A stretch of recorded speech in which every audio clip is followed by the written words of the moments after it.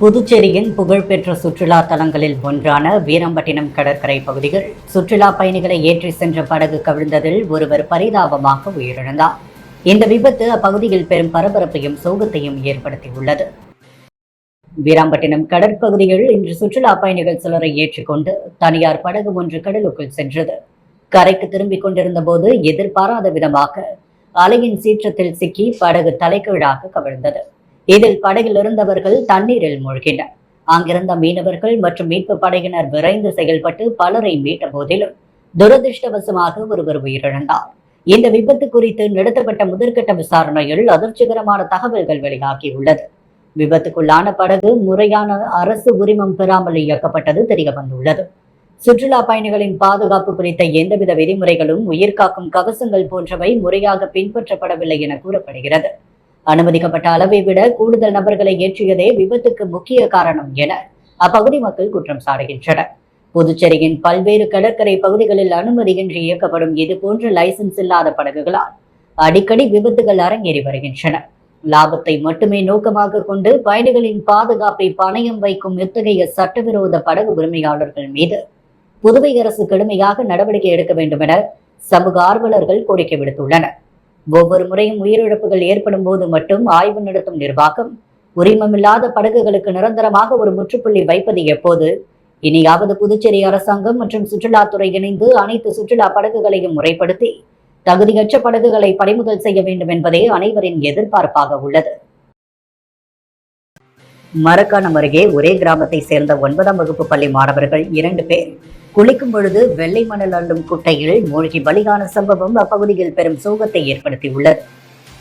விழுப்புரம் மாவட்டம் மரக்காணம் பேரூராட்சிக்கு உட்பட்டது பெரிய மண்டவாய் கிராமம். இப்பகுதியை சேர்ந்த வீரமுத்து, இவரது மகன் சித்தரஞ்சன் வயது 14 வயதுடைய இவர், வெங்கடேசன் மகன் வெற்றி செல்வன் 14 வயதுடைய இவரும் இருவரும் உறவினர்கள் ஆவர். இந்த 2 மாணவர்களும் மரக்காணம் அருகே வட அகரம் பகுதியில் உள்ள ஒரு தனியார் பள்ளிகள் 9ஆம் வகுப்பு படித்து வந்த நிலையில் இவர்கள் இருவரும் இன்று வழக்கம் போல் பள்ளிக்கு சென்றுள்ளனர். பள்ளி மாலையில் முடிந்தவுடன் இவர்கள் மீண்டும் தங்களது வீட்டிற்கு வந்துள்ளனர். தங்களது வீட்டிற்கு வந்த இந்த 2 மாணவர்களும் வட அகரம் பகுதியில் உள்ள தமிழ்நாடு கனிம வளத்துறைக்கு சொந்தமான மண் பரிசோதனை இடம் இது பெயரளவுக்கு மட்டுமே பரிசோதனை மையமாக உள்ளது. ஆனால் இங்குள்ள வெள்ளை மணலை ஒரு சிலர் கடந்த ஆண்டு வரை பல கோடி அளவில் அரசுக்கு தெரியாமல் வெளி மாவட்டங்களுக்கு ஏற்றுமதி செய்து விட்டதாக அப்பகுதி பொதுமக்கள் குறை கூறுகின்றனர். இதுபோல் அரசுக்கு தெரியாமல் தாது மணல் கொள்ளையடித்ததால் மணல் பரிசோதனை பகுதி தற்பொழுது மிகப்பெரிய குளங்கள் போல் பல அடி ஆழம் வரை இருப்பதாகவும் கூறுகின்றனர். இந்த பள்ளங்களில் தண்ணீர் தேங்கியுள்ளது. இந்த பள்ளத்தில் சித்தரஞ்சன், வெற்றி செல்வன் மற்றும் அவர்களுடன் சென்ற நண்பர்களும் ஜாலியாக வெள்ளை மணல் அள்ளிய குட்டையில் குளித்துள்ளனர். அப்போது எதிர்பாராத விதமாக சித்தரஞ்சன், வெற்றி செல்வன் ஆகிய இருவரும் குட்டையில் நீரில் மூழ்கினர். நீரில் மூழ்கி இருவரும் உடனடியாக வெளியில் வரவில்லை. இதனை பார்த்து அருகில் இருந்த நண்பர்கள் கூச்சல் போட்டு கத்தியுள்ளனர்.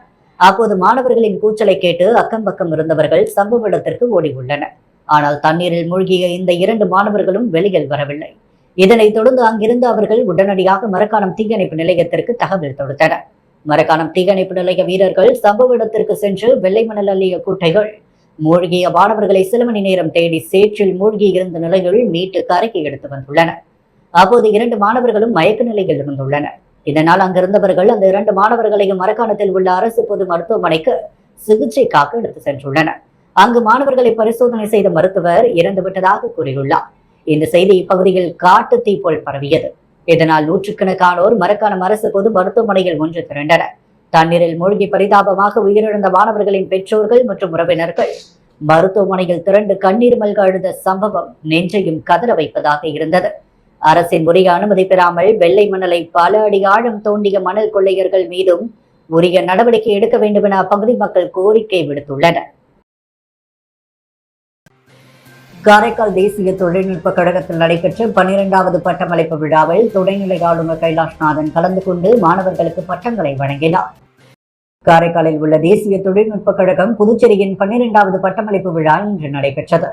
துணைநிலை ஆளுநர் கைலாஷ்நாதன் சிறப்பு விருந்தினராக கலந்து கொண்டு மாணவர்களுக்கு பட்டம் மற்றும் பழக்கங்களை வழங்கி சிறப்பித்தார். சட்டப்பேரவைத் தலைவர் செல்வம், குடிமைப்பொருள் வழங்கல் அமைச்சர் PRN திருமுருகன், தொழில்நுட்ப கழக இயக்குநர் மகரந்த் மாதவ் கங்கரேகர், பதிவாளர் சுந்தரவரதன் ஆகியோர் உடனிருந்தனர்.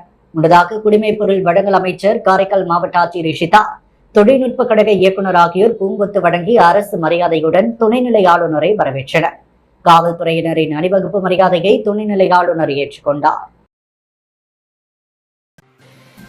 வருகின்ற 21ஆம் தேதி புதுவை சுண்ணாம்பாறு அருகே நடைபெறவுள்ள லட்சிய ஜனநாயக கட்சியின் தாய்மொழி மகத்துவ முதல் மாநாட்டில் பங்கேற்க லட்சிய ஜனநாயக கட்சியின் தலைவர் ஜோஸ் சார்லஸ் மார்ட்டின் அழைப்பு விடுத்துள்ளார். புதுச்சேரி லட்சிய ஜனநாயக கட்சி சார்பில் தாய்மொழி மகத்துவ முதல் மாநாடு வரும் 21ஆம் தேதி மாலை 5 மணிக்கு சுண்ணாம்பாறு மேம்பாலம் அருகே உள்ள திடலில் சிறப்பாக நடைபெறவுள்ளது. இன்று மாநாடு மேடை அமைப்பதற்கு சிறப்பு பூஜை செய்து பந்தக்கால் நட்டு நிகழ்ச்சியை துவக்கி வைத்து கூறுகையில், வரும் 21ஆம் தேதி நடைபெறும் இந்த மாநாடு அரசியலை தாண்டி அமைந்த ஒன்று. உலகம் முழுவதும் உள்ள அனைத்து தாய்மொழிகளையும் போற்றும் உயர்ந்த நோக்கத்துடன் இறைவனின் அருளால் இந்த மாநாடு ஏற்பாடு செய்யப்பட்டுள்ளது. தாய்மொழியின் சிறப்பை வெளிப்படுத்தி அதன் மகத்துவத்தை மேம்படுத்தும் விளக்க நிகழ்வாக இது அமையும். எனவே புதுவையில் உள்ள அனைத்து மக்களும் எந்த பாகுபாடும் இன்றி இந்த மாநாட்டில் கலந்து கொண்டு சிறப்பிக்க வேண்டும் என அழைப்பு விடுத்தார். தொடர்ந்து கட்சியின் நிர்வாகிகள் எல்ஜேகே தலைவர் ஜோஸ் சார்லஸ் மார்ட்டினுக்கு பொன்னாடை அணிவித்து மாநாடு வெற்றி பெற வேண்டும் என வாழ்த்து தெரிவித்தனர். நிகழ்ச்சியில் பொதுச் செயலாளர் டாக்டர் துரைசாமி, பூக்கடை ரமேஷ் பாபு, பிரபாகரன், பரப்புரை பொதுச் செயலாளர் நடிகர் தாடி பாலாஜி, மண்டல பொதுச் செயலாளர்கள் உள்ளிட்ட கட்சி நிர்வாகிகள் பங்கேற்றனர். புதுச்சேரி லாஸ்பேட்டையில் வீடு வீடாக சென்று முன்னாள் சபாநாயகர் VP சிவக்கொழுந்து நலத்திட்ட உதவிகளை வழங்கினார். ஸ்ரீ சப்தகிரி அறக்கட்டளை மற்றும் அகில இந்திய NR காங்கிரஸ் சார்பில் இன்று லாஸ்பேட்டை தொகுதியில் உள்ள அனைத்து குடும்பங்களுக்கும் பரிசு பொருட்கள், சேலை மற்றும் ஜக்கு வழங்கும் நிகழ்ச்சியை மகாவீர் நகரில் உள்ள பெருமாள் கோவில் தேவஸ்தானத்தில் பூஜை செய்து மகாவீர் நகர், சிட்டிசன் அவென்யூ ஆகிய பகுதிகளில் தொடர்ச்சியாக பெத்துச்செட்டிப்பேட்டை ஆகிய பகுதிகளில் முன்னாள் சபாநாயகர் சப்தகிரி VP சிவக்கொழுந்து தலைமையிலும் ஸ்ரீ சப்தகிரி அறக்கட்டளை பொறுப்பாளர் சப்தகிரி VPS ரமேஷ்குமார் ஏற்பாட்டிலும் அனைத்து வீடுகளுக்கும் அவர்களே நேரில் சென்று பரிசு பொருளாக சேலை மற்றும் ஜக்கு வழங்கினார். இதில் NR காங்கிரஸ் உறுப்பினர்கள், ஸ்ரீ சப்தகிரி அறக்கட்டளை நிர்வாகிகள், மகளிர் குழுவினர், இளைஞர் அமைப்பினர், ஊர் பொதுமக்கள் திரளாக கலந்து கொண்டு நிகழ்ச்சியை சிறப்பித்தனர். புதுச்சேரி ராஜ்பவன் தொகுதியைச் சேர்ந்த இளைஞர்களுக்கு பெயிண்டர், பம்பர், ஆச்சாரி வேலை செய்ய உபகரணங்கள் மற்றும் நலத்திட்ட உதவிகளை பாஜக மாநில தலைவர் VP ராமலிங்கம் வழங்கினார். புதுச்சேரி ராஜ்பவன் தொகுதி குருசுக்குப்பத்தை சேர்ந்த இளைஞர்கள் பலர் பெயிண்ட் வேலை, பிளம்பர் வேலை, ஆசாரி வேலைகளை செய்து வருகின்றனர். இவர்கள் மிகவும் ஏழை எளிய குடும்பத்தை சேர்ந்தவர்கள். அவர்களது வாழ்க்கை தரத்தை முன்னேற்ற 25 நபர்களுக்கு பாஜக மாநில தலைவர் VP ராமலிங்கம் தனது சொந்த செலவில் இன்று ஆசாரி வேலை, பெயிண்ட் வேலை, பிளம்பர் வேலை செய்யும் இளைஞர்களுக்கு தேவைப்படும் உபகரணங்களை இன்று ராஜ்பவன் தொகுதி பாஜக அலுவலகத்தில் வழங்கினார். விடுபட்ட பயனாளிகளுக்கு மிக்சி உள்ளிட்ட நலத்திட்ட உதவிகளையும் பாஜக மாநில தலைவர் VP ராமலிங்கம் வழங்கினார்.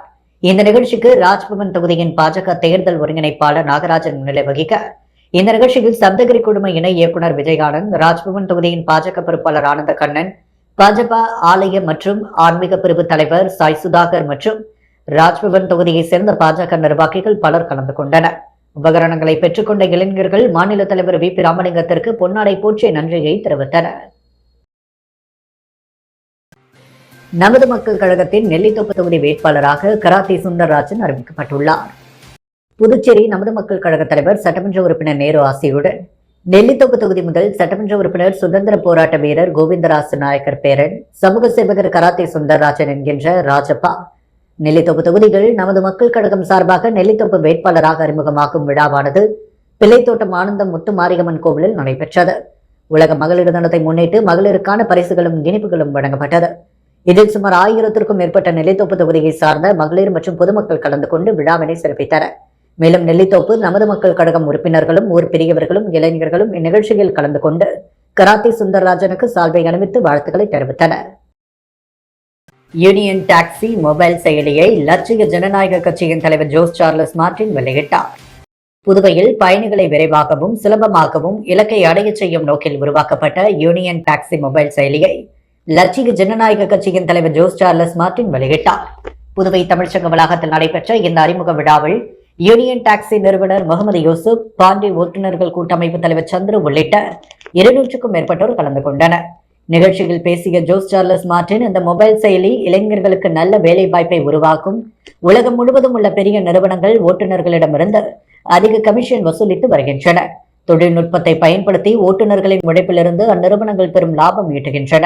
இந்த செயலி தற்போது டாக்ஸிகளுக்காக மட்டுமே துவங்கப்பட்டுள்ளது. இது ஒரு துவக்கம்தான். எதிர்காலத்தில் ஆட்டோ உள்ளிட்ட பிற வாகனங்களுக்கும் இதுபோன்ற செயலிகள் உருவாக்கப்படும். இதற்கு எங்களுடைய முழு ஆதரவு எப்போதும் இருக்கும் என பேசினர். சேவை செய்யும் புதுவை பாஜக பிரமுகர் கண்ணதாசனுக்கு இந்திய அரசு தேசிய விருது வழங்கி கௌரவித்துள்ளது. புதுச்சேரி நெல்லித்தோப்பு தொகுதி பாஜக பிரமுகர் டாக்டர் கண்ணதாசன் சமுதாயத்தில் மாற்றுத்திறனாளிகள் புற்றுநோயால் பாதிக்கப்பட்டவர்கள் இருக்கக்கூடாது என்ற நோக்கில் சமூக சேவை பணிகளில் 16 ஆண்டுகளுக்கு மேலாக ஈடுபட்டு வருகின்றார். குறிப்பாக அவர்களுக்கு தேவையான சத்தான உணவு, மருந்துகள், சிகிச்சை கிடைக்க உதவி புரிந்து வருகின்றார். இவரின் சேவையை பாராட்டி கௌரவிக்கும் வகையில் இந்திய செய்தித்தாள் அமைச்சகம், தகவல் மற்றும் ஒலிபரப்பு அமைச்சகம், பேஸ் குரூப் இணைந்து தேசிய விருதை கடந்த 15ஆம் தேதி புதுடெல்லியில் வழங்கி கௌரவித்தது. இவ்விருதை பேஸ் குரூப் இணைந்து தேசிய விருதை 15ஆம் தேதி வழங்கி இவ்விருதை கண்ணதாசன், பிரதமர் மோடி, உள்துறை அமைச்சர் அமித்ஷா, புதுச்சேரி முதல்வர் ரங்கசாமி, பாஜக மாநில தலைவர் வி. பி. ராமலிங்கம், உள்துறை அமைச்சர் நமச்சிவாயம், சபாநாயகர் செல்வம் மற்றும் தனது சேவைக்கு ஆதரவாக இருக்கின்ற நண்பர்கள், குடும்பத்தினர் அனைவருக்கும் நன்றியை தெரிவித்துக் கொண்டுள்ளார். மாற்றுத்திறனாளிகள் மற்றும் புற்றுநோயால் பாதிக்கப்பட்டவர்கள் இல்லாத புதுச்சேரியாக மாற வேண்டும் என்பது தனது எண்ணம் என்றும் அதற்காக தொடர்ந்து வாழ்நாள் முழுவதும் சேவை புரிவேன் என்றும் உறுதியளித்தார். மார்டின் குழுமம் மற்றும் ரோட்டரி இன்டர்நேஷனல் இணைந்து CSR நிதியிலிருந்து 1,25,00,000 ரூபாய் மதிப்பிலான 14 டயாலிசிஸ் இயந்திரங்களை புதுச்சேரியில் உள்ள 3 மருத்துவமனைகளுக்கு லட்சிய ஜனநாயக கட்சியின் நிறுவன தலைவர் ஜோஸ் சார்லஸ் மார்டின் மற்றும் அவரது தாயார் டாக்டர் லீமா ரோஸ் மார்டின் ஆகியோர் வழங்கினர்.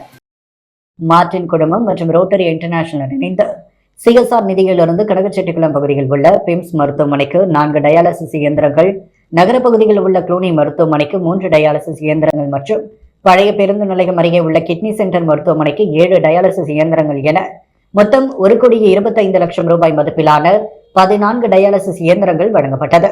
டயாலிசிஸ் இயந்திரங்களை மார்டின் குடும்பத்தின் நிர்வாக இயக்குநரும் லட்சிய ஜனநாயக கட்சியின் நிறுவன தலைவருமான ஜோஸ் சார்லஸ் மார்டின் மற்றும் அவரது தாயாரும் மார்டின் குழுமத்தின் இயக்குநருமான டாக்டர் லீமா ரோஸ் மார்டின் ஆகியோர் வழங்கினர். நிகழ்ச்சியில் சட்டமன்ற உறுப்பினர் கல்யாண சுந்தரம், திட்டத் தலைவர் கவிதா, கோபாலகிருஷ்ணன், அக்ருதி சங்க தலைவர் மதுக்கண்ணன் மற்றும் உறுப்பினர்கள், பாண்டிச்சேரி ரோட்டரி சங்க தலைவர்கள், மாவட்ட நிர்வாகிகள், மருத்துவமனை நிர்வாகத்தினர், மருத்துவர்கள், ஊழியர்கள் பங்கேற்றனர். இதனிடையே செய்தியாளர்களை சந்தித்த லட்சிய ஜனநாயக கட்சியின் நிறுவன தலைவர் ஜோஸ் சார்லஸ் மார்டின், பவுண்டேஷன் மற்றும் ரோட்டரி சங்கம் இணைந்து 1.25 கோடி ரூபாய் மதிப்புள்ள 14 டயாலிசிஸ் இயந்திரத்தை மருத்துவமனைகளுக்கு வழங்கியுள்ளதாக கூறினார். புதுச்சேரியில் நாளுக்கு நாள் குடிநீரின் தரம் குறைந்து வருகிறது. TDS அளவு அதிகரித்துள்ளது. பல இடங்களில் குடிநீர் அளவு மோசமாக உள்ளது.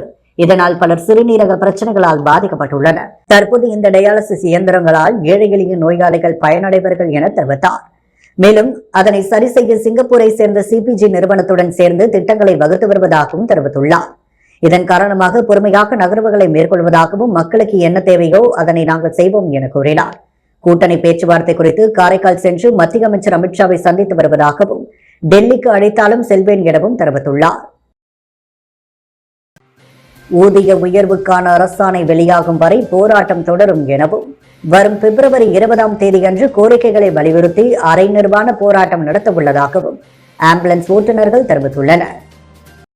புதுச்சேரி, காரைக்கால், ஏனாம் பகுதிகளில் பணியாற்றும் 108 ஆம்புலன்ஸ் ஊழியர்கள் தங்களின் நீண்டகால கோரிக்கையான சம்பள உயர்வு, நிலுவைத் தொகையை வழங்க கோரி கடந்த பிப்ரவரி 12ஆம் தேதி முதல் தொடர் வேலை நிறுத்த போராட்டத்தில் ஈடுபட்டு வருகின்றனர். வழங்கப்பட வேண்டிய வருடாந்திர ஊதிய உயர்வு, போனஸ், இதர சலுகைகள் எவ்வித முன்னறிவிப்புமின்றி நிறுத்தப்பட்டுள்ளது. இது தொடர்பாக ஊழியர் சங்கம் சார்பில் பலமுறை அதிகாரிகளை சந்தித்து மனு அளித்தோம். இதுவரை எந்த தீர்வும் எட்டப்படவில்லை. ஓட்டுநர்களுக்கு 10,000 ரூபாய் ஊதிய உயர்வு வழங்க ஆணையிட்டிருந்தார்.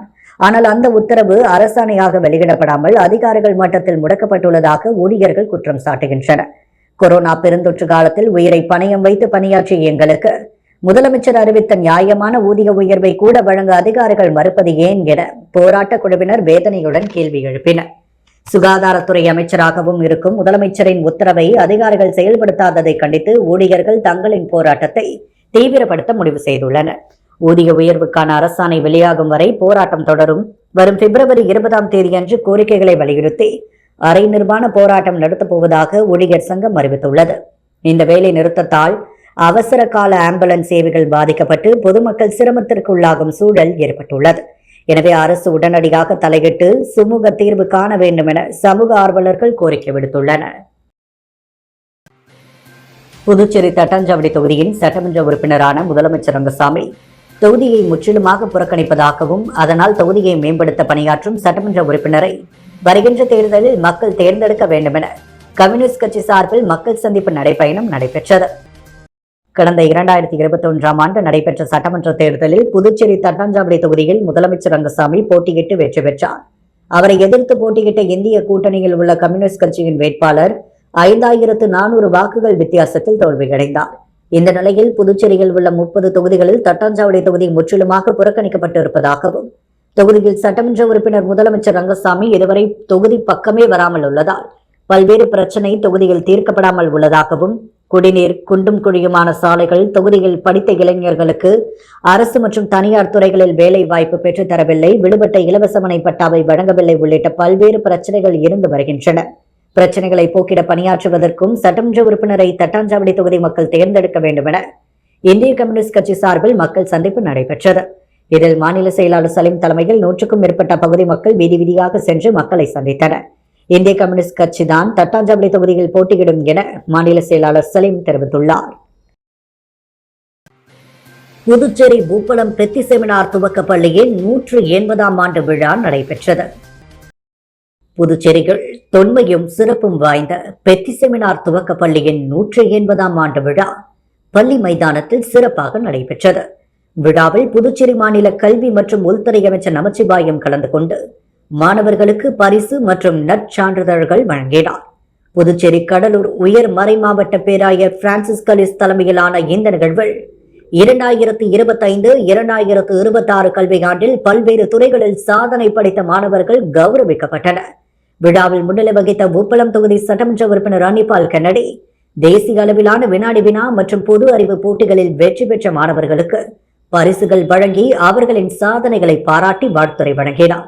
மாணவர்களின் திருக்குறள் கையெழுத்து பிரதியிலும் அவர் கையொப்பமிட்டு பாராட்டினார். பள்ளியின் ஆண்டறிக்கையை முதல்வர் அருத்திரு தேவதாஸ் அடிகளார் வாசித்தார். மழலையர் பள்ளி முதல் மேல்நிலை பள்ளி வரை மாணவர்கள் வழங்கிய கலை நிகழ்ச்சிகள் வண்ணமிகு மின்திரை ஒளிபரப்புடன் நடைபெற்றது. துணை முதல்வர் அருத்திரு சின்னப்பன் நன்றி உரையாற்ற தமிழ்தாய் வாழ்த்துடன் துவங்கிய விழா நாட்டுப்பண்ணுடன் நிறைவேற்றது. பணி நிரந்தரம் செய்ய வலியுறுத்தி ஒப்பந்த ஆசிரியர்கள் 30வது நாளாக கல்வித்துறையை முற்றுகையிட்டு தர்ணா போராட்டத்தில் ஈடுபட்டனர். புதுவை பள்ளிக்கல்வித்துறையில் பணியாற்றும் 292 ஒப்பந்த ஆசிரியர்கள் மற்றும் பணி நிரந்தரம் செய்ய வேண்டும் என தற்போது 8வது கட்ட போராட்டம் பல்வேறு வகையில் நடைபெற்று வருகிறது. கோரிக்கையில் உள்ள நியாயத்தினை உணர்ந்த புதுவை அமைச்சர் 292 ஒப்பந்த ஆசிரியர்களையும் பணி நிரந்தரம் செய்வதற்காக 5ஆம் தேதி அமைச்சரவை கூட்டத்தை கூட்டினார். அனைத்து அமைச்சர்களும் ஒருமித்த கருத்தோடு பணி நிரந்தரம் செய்ய வேண்டும் என்று முடிவெடுக்க முயற்சித்த போது தலைமை செயலாளரின் குறுக்கீட்டால் பணி நிரந்தரம் என்ற தீர்மானம் நிறைவேற்றப்படவில்லை. அதற்கு பதிலாக 1 ஆண்டு பணி நீட்டிப்பு மட்டுமே கொடுக்கப்பட்டது. இந்த நிலையில் இன்று 30வது நாளாக ஆசிரியர்கள் கல்வித்துறையை முற்றுகையிட்டு தர்ணா போராட்டத்தில் ஈடுபட்டனர். பணி நிரந்தரம் வேண்டிய போராட்டத்தில் ஆசிரியை ஒருவர் படிக்கட்டிலிருந்து தவறி விழுந்து காலில் காயம் ஏற்பட்டதால் பரபரப்பு ஏற்பட்டது. அவரை சக ஆசிரியர்கள் ஆட்டோ மூலம் மருத்துவமனைக்கு அழைத்து சென்றனர். இதனால் பரபரப்பு ஏற்பட்டது. தமிழ்நாடு கைத்திறன் தொழில்கள் மற்றும் வளர்ச்சி கழகமான பூம்புகார் விற்பனை நிலையத்தின் சார்பாக கண்காட்சி நடைபெற்றது. தமிழ்நாடு அரசின் நிறுவனமான தமிழ்நாடு கைத்திறன் தொழில்கள் மற்றும் வளர்ச்சி கழகமான பூம்புகார் விற்பனை நிலையத்தின் சார்பாக புதுச்சேரி சுப்ரீம் தெரு பாரதி பூங்கா தெருவில் அமைந்துள்ள வர்த்தக சபையில் கண்காட்சி மற்றும் விற்பனை மையம் இன்று முதல் வருகின்ற 1/3/2025 ஞாயிற்றுக்கிழமை வரை கண்காட்சி நடைபெற உள்ளது. கண்காட்சியினை சுகாதாரத்துறை இயக்குநர் செவ்வேல் தலைமையேற்று திறந்து வைத்து சிறப்பித்தார். தமிழ்நாடு அரசு நிறுவனமான இக்கண்காட்சியில் சிறப்பம்சமாக 10க்கும் மேற்பட்ட கைவினை கலைஞர்கள் தங்களின் வாழ்வாதாரத்திற்காகவும் வாழ்க்கை தரத்தை உயர்த்தவும் தங்கள் கை வண்ணத்தால் தயாரிக்கப்பட்ட கைவினை பொருட்களை காட்சிப்படுத்தி விற்பனைக்கு வைத்திருந்தனர். அகர்பத்தி, மாலைகள், செம்பு பொருட்கள், பேப்பர் கூடினால் செய்யப்பட்ட தலைகாட்டி பொம்மைகள், புடவைகள், அலங்கார பொருட்கள் போன்ற பல்வேறு வகையான புது வரவுகள் வைக்கப்பட்டுள்ளது. இக்கண்காட்சியில் 10% சிறப்பு டிஸ்கவுண்ட் உள்ளது.